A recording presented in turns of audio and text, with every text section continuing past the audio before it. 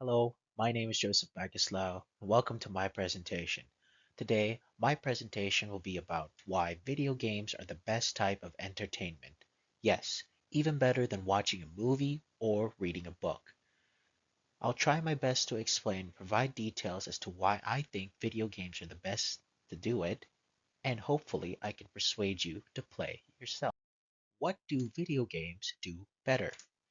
Let's start with a quick thought. Try thinking of a favorite movie or book. Think hard. Now, try to imagine what it would be like to be actually living in that setting. You can make decisions for yourself and change your outcome.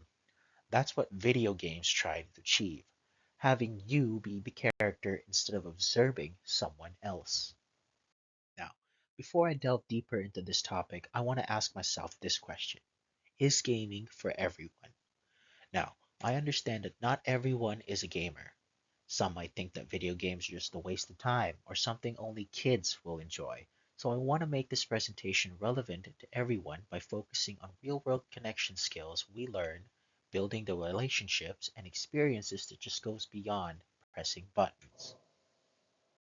Now, why do I think video games are better? First, you don't read or watch a story, you live it. You put yourself in someone else's shoes, literally. And I know most people will agree with me that when you play video games, you engage more to the story rather than simply watching or reading it. Let's try to compare reading a book and watching a movie to playing video games. When reading a book or watching a movie, audiences are usually the observers in the story, which means that the point of view is usually in third person view. Characters get to decide their fate, whether it be a smart or a dumb choice. Audiences are just there to observe.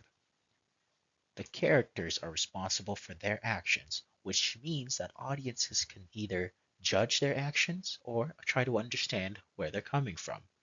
But when playing a video game, the point of view is now in first person, which means that you are now the character.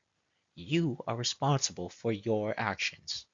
Whether you make a dumb or smart choice, you are now ultimately responsible for your fate. You will blame no one but yourself. You make the decisions. Time an example, and the horror genre is the best example as to why video games are superior in making people scared than in books or movies. It's underused in the gaming industry, but some who do use it effectively creates one of the most terrifying experience ever. In my opinion, they're way more scary than the scariest movies ever made. This example is one of the most famous and most mocked horror scenes where a character makes a dumb choice in the movie Scream. Drew Barrymore's character, Casey, is being stalked by the killer, and instead of running out of the front door, she instead runs upstairs. It is such a classic horror trope that Scream even pokes fun at within the movie itself. Surprise, surprise, she died. This moment has become very iconic because it perfectly captures what people love to criticize about horror movies. Audiences judged Casey for her decision to go upstairs instead of the front door, and her fate, well, she died. The irony is that the movie Scream is self-aware about it, which is why this scene stands out so much. It's both genuinely tense and clever nod to all the bad decisions characters make in horror. In my opinion, people making dumb choices will ultimately make the movie less scary because, you can predict what will happen next.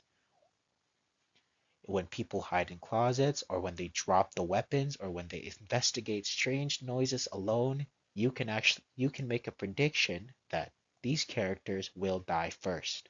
It's like a horror movie character, allergic to common sense. Now, let's try a video game example. This picture comes out from the video game Silent Hill PT and is considered one of the scariest horror games of all time. Now, what would you do if you saw something like this across the hallway in the middle of the night? Would you hide?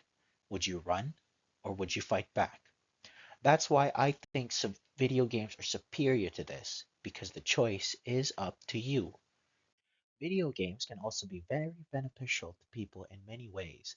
They can learn skills that can be applied in the real world and have personal growth in the process. For example, Online multiplayer games help improve social skills for people as they can interact with each other constantly. It also promotes teamwork, as some games encourage players to be cooperative in order to reach the goal. It also gives people to reflect on themselves after they played an amazing game with a feeling that can only be described after they finish playing it. It also gives players creativity in their games. Some games encourage people to play them creatively. It also promotes critical thinking as players must solve puzzles, riddles, and problems, especially in kid friendly games such as Nintendo.